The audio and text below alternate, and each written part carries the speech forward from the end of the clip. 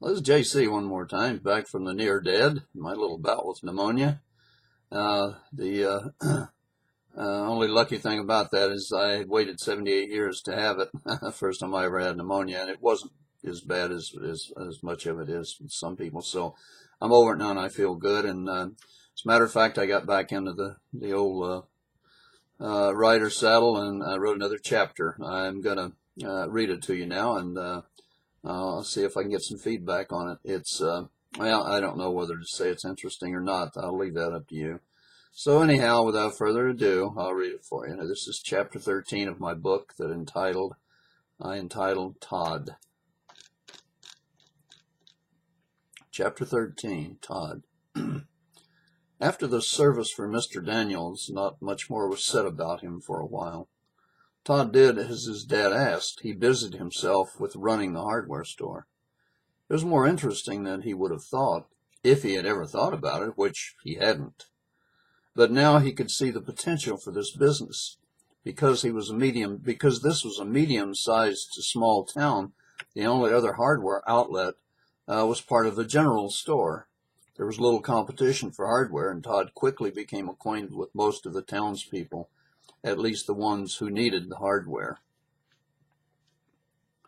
As part of his hardware store training, Todd, with the help of the internet, familiarized himself with all the different aspects of building houses, i.e., that is to say, framing the houses, laying concrete foundations, plumbing and wiring them, and heating and air conditioning and cabinet making, the different tools and supplies and everything else that had to do with hardware. He immediately noticed one thing was missing: marble for tabletops, cabinet tops, and such. Maybe Mr. Daniels had thought this item was too pricey for this small town. Todd scanned the wholesale catalog his dad had received and became familiar with the prices of just about everything in it. After only a short time in the store, Todd was confident he could do whatever necessary to move ahead with the business. When the Daniels started the store, it was registered in either his or her name, so now there would be no problem about the ownership. Betsy and Todd discussed the store and how it would be run. Betsy suggested adding Todd's name to the ownership papers, but Todd said no, he didn't think that a good idea unless they incorporated the company. He said there might be tax advantages and liability advantages for the business to be a corporation. He noted, though, that if they incorporated, they would need at least 2, or better yet, 3 directors. Immediately, Les' image flashed into his mind. Maybe that might not be a bad idea at all, he thought to himself. Todd said owning a hardware business wasn't what he considered his life's calling. He wasn't as yet sure what he wanted to do about his future, but this business wasn't it. Of this he was sure. But he assured his mother he would stay in the business with her until they were sure she could manage it alone, however long that took.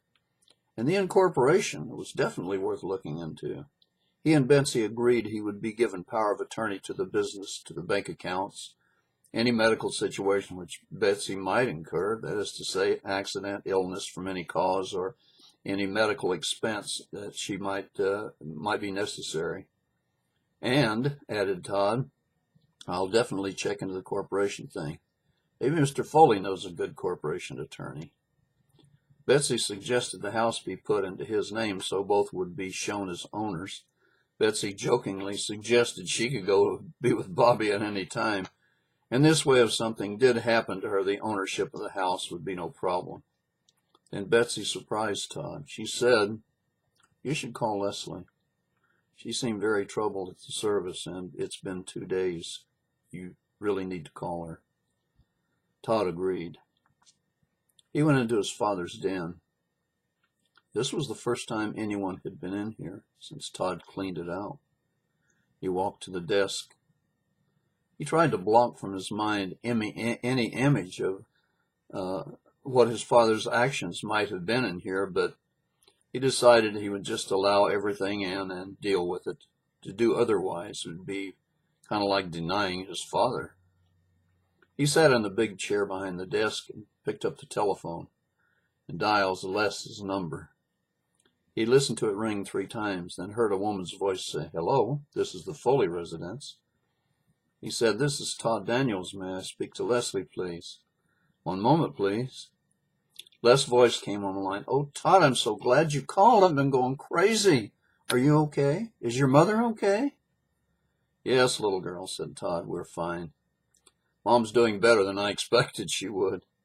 Then, without waiting for a response, he said, "Les, I'd like to come over after you. I've missed you very, very much." "Oh, Todd," Les cried, "I've missed you too. More than I can say. I don't want to wait. I'll drive myself over, okay?" "Yes, of course. Come on over. If your parents want, they're welcome to come too." "No, no, dear boy, just me. I'll see you in a minute," said Les. She hung up, already moving toward the door. Todd was waiting at the door when Les' car pulled up at the curb and stopped. He met her halfway to the house and pulled her to him in a big giant hug and kissed her soundly. "Whoa, big boy," she said with a grin. "I'm here now." They went inside, and Betsy said, "Hello, Leslie," and she gave the girl a kiss on her cheek and a hug. She said, "I'm so glad you're here. I hope you're all right. Todd was worried about you."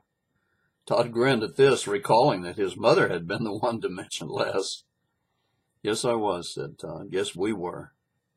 "Any coffee?" asked Les. Betsy headed for the kitchen and said, "In 14 minutes.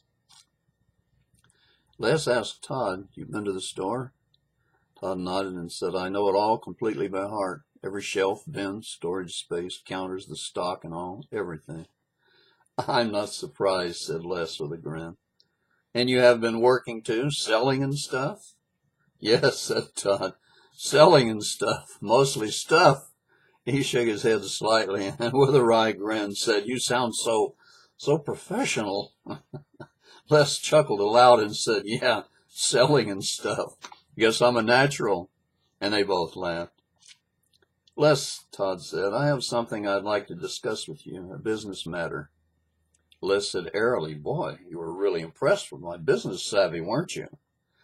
In a matter-of-fact tone, Todd replied, "My dear girl, if you're willing, you yourself will be very impressed in your own business savvy, and much sooner than you think." Now Les became quiet, her demeanor almost pensive, as if completely lost in some deep and boding thought.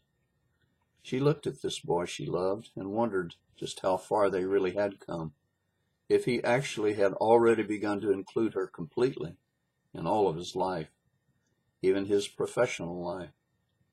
And she had to wonder what Todd's mother would, or perhaps already did, think about this new woman in her son's life. But this is the end of chapter 13. I'll come back with chapter 14 before very long, and I hope to see you back here again. This is JC saying thank you very much, and I'll see you down the road if the good Lord's willing and the creek don't rise.